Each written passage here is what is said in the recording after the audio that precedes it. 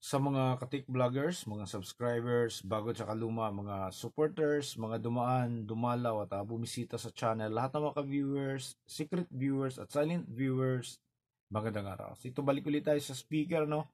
Para sa mga nakaraang topic natin, sa mga nakapanood.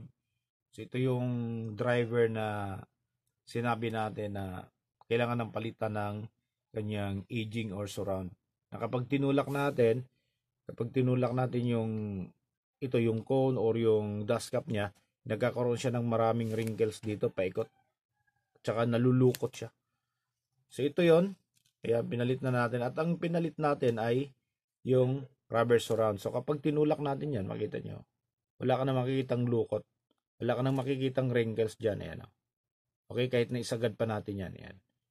So wala ka nang makikita. So, sa mga ganitong klase siyempre may procedure naman yan kung paano natin isisentro. So ito, mga ganitong driver na ginagamit sa bahay o kaya ginagamit sa opisina, kailangan talaga nasa hindi man natin masasabing perfecto yung pagkakabit natin ng voice coil sa gitna. At least nasa tumuntong tayo sa 90% or mas mataas pa or higher na naitama natin yung kanyang voice coil. Kasi kapag ginagamit sa bahay to, sa opisina yung mga ganitong driver, hindi natin maiiwasan na may mga time na gustong makinig yung user ng Milo sound o kaya conversational na nasa katamtaman or mababang volume level lang. Halimbawa na lang kung gusto niya makinig ng madaling araw. So kapag madaling araw, tahimik na lahat yan. Okay? So kung may kunting sabit yung may kunting sayad yung ginagawa nating driver, speaker, okay? Lalabas yan dito. Yung garalgal, kaluskos o kaya yung kunting distorted sa sound, lalabas dito yan. Hindi katulad ng mga uh, outdoor speakers, yung mga professional speakers na ginagamit sa open grounds, ginagamit sa malalaking stadium, malalaking event, coliseum, na yung volume level ng kanilang amplifier ay laging nasa mataas. Kaya yung mga kunting saya doon sa mga speakers ay hindi ganong nahalata yung kanyang tunog dahil may mga kasabay din na ibang loudspeakers na tumutunog. Hindi katulad nung ulitin nyo, katulad nung nasa bahay tayo na ayan, kapag nagpatunog tayo sa mababang volume level, although hindi naman yan hindi naman yan nare-recognize yung garalgal sa low volume level lang yung lahat ng panahon. Meron din na yung problema ng speaker ay lumalabas siya doon sa high volume level.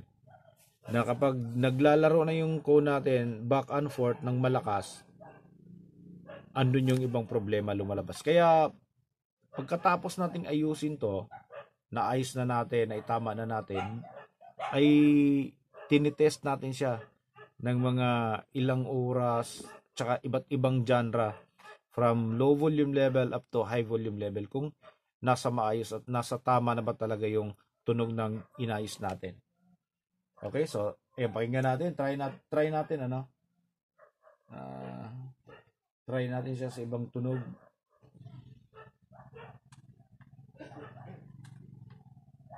Ayan.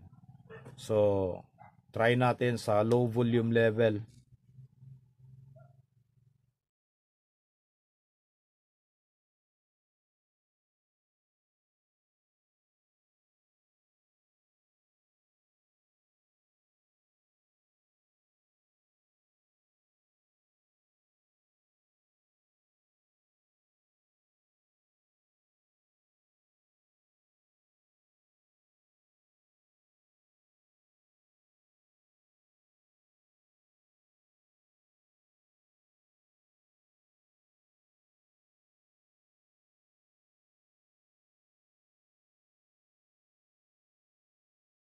So, ayan.